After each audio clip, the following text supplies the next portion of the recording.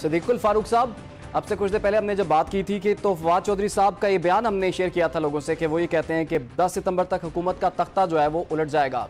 इतना शोर मचाया हुआ है आप लोगों ने, आपको पता है कि आपका 10 सितंबर के बाद आपकी हुकूमत ही नहीं है?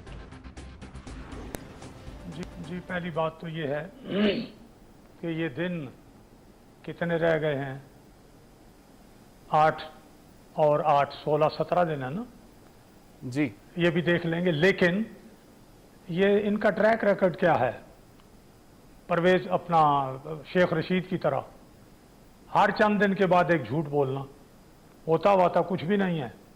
परवेज अपना शेख रशीद ने कहा था डॉलर इतना अगर आ गया तो मैं इस्तीफा दे दूंगा असेंबली से। इसाक डार साहब ने कहा फिर आप क्या करोगे? अच्छा जी मैं इस्तीफा। उन्होंने कहा नहीं भाई मत दो इस्तीफा। ये उस वक्त से लेके आज तक ये एक रोज नया ड्रामा करते हैं। इसी तरह से ये वही हैं फवाद चौधरी साहब, फारूक साहब, जिन्होंने इमरान खान के लिए उनका बयान भी मैं आपसे शेयर कर लेता हूं। उन्होंने भी यही कहा है कि इमरान खान सितंबर में एक फाइनल कॉल देंगे और मुल्क पूरा जाम कर देंगे। फिर आप लोग क्या करेंगे अब? अच्छा वो उनको 25 मई याद दिला दें, उनको 25 मई याद दिला दें। वो साथ थे उस दिन, तो एक और 25 मई बल्कि उससे भी बुरा होगा इंशाअल्लाह। मैं सिर्फ ये अर्ज करना चाह रहा था कि मेरे भाई जमशेद चीमा साहब ने कहा कि ये आका की गेम खेल रहे हैं। मुझे ये बताइए कि ये बार बार इमरान खान ने कहा है कि जनाब वो हमारे तो जनाब जब बिल पास होने होते थे और बजट पास करने के लिए हम तो एजेंसियों को फ़ोन करते थे कि हमारी मदद करें। और आप जो 100 दफ़ा कह चुके हैं कि भाई आप न्यूट्रल ना रहें, मदद करें, मेरी हुकूमत को हटाएं, तो ये आइन की खिलाफ वर्जी की काल बार बार इमरान खान साहब दे रहे हैं या हम दे रहे हैं?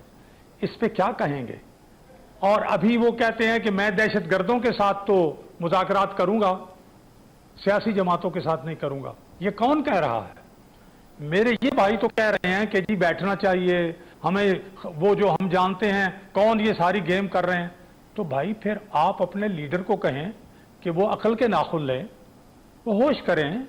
ठीक है, चीमा साहब से पूछ लेते हैं। चीमा साहब, हाँ जी, आप फिर इमरान खान साहब को राजी कर लेंगे इनके साथ बिठाने के लिए?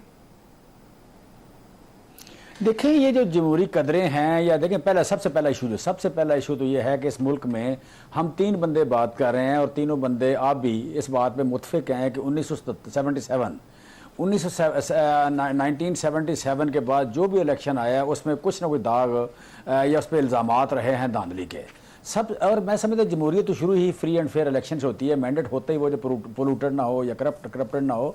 लिहाजा पहली बात तो फ्री एंड फेयर इलेक्शन कराए जाएँ।